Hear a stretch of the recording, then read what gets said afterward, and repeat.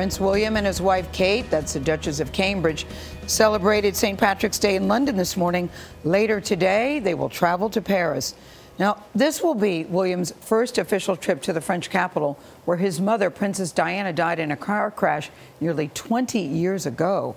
Charlie Daggett is in Paris for the much-anticipated royal visit. Charlie, good morning.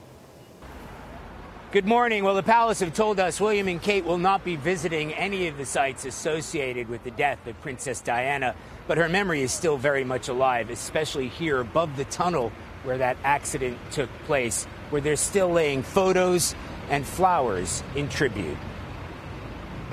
No other country is closer to the kingdom the royal couple will one day rule, and this trip is aimed at getting closer still. And for Prince William, a chance to put this week's media backlash behind him. After being seen partying in the Alps on a boys-only ski trip, featuring cringeworthy dad dancing, facing criticism for shirking his royal duties. Royal correspondent Roy Anika says the Paris visit is a charm offensive. I mean, this visit is definitely about William and Kate being sent to France by the British government to make nice on the international stage. We need that at the moment. But while the visit may be about Britain's future, the City of Light will forever hold a darkened past for Prince William. It was 20 years ago this August. Princess Diana and companion Dodi Fayed had been dining at the Ritz when it came time to leave. That night, this area in front of the Ritz was packed with paparazzi, so they tried to slip out the back, but the paparazzi were waiting there too. Driver Henri Paul, under the influence of alcohol and prescription drugs, sped off in a bid to outrun them. He lost control and slammed into a pillar in this underpass. Dodi Fayed and Henri Paul died at the scene. Diana later suffered a cardiac arrest at the hospital. William was only 15 at the time. Oh, yes, it was horrible. French journalist Anne-Elisabeth Moutet says France would forever carry a sense of responsibility. But the feeling in general was, what a sad waste of life. What a horrible thing. She was glorious, she was luminous.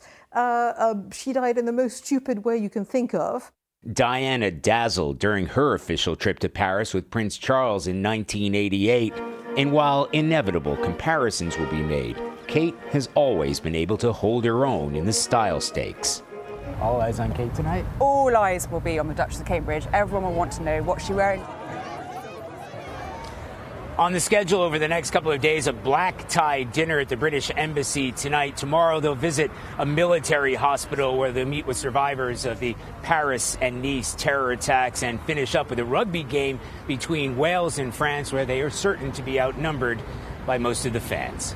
Norah? Indeed. Charlie Daggett in Paris there. Thank you. And CBS News will mark 20 years since the death of Princess Diana in a 2-hour primetime special. Gayle is going to host this special. It's called Princess Diana, Her Life, Her Death, The Truth on May 22nd. That's right here on CBS. Don't you guys find it hard to believe that it's been 20 years? It's one of those stories where you all remember where you were that day when you heard the news. Don't you remember? Yeah. Oh, I never met her. Did you meet her, Charlie? I did, several times. I never got a chance to meet her, but I so admired her. It's amazing to think it's Prince William's first trip to Paris, too. I also think it's interesting. Official trip, yeah. He's not going to any of the places where his mother was. I think that that's interesting, too. She was stunningly beautiful. I think so, too. And was she nice? Was she as lovely as she appeared? Yes. But I saw her in a circumstance in which you would, of course, be nice. Yeah, I know. I know, but sometimes you can tell things about people. Yeah. Charlie Rose.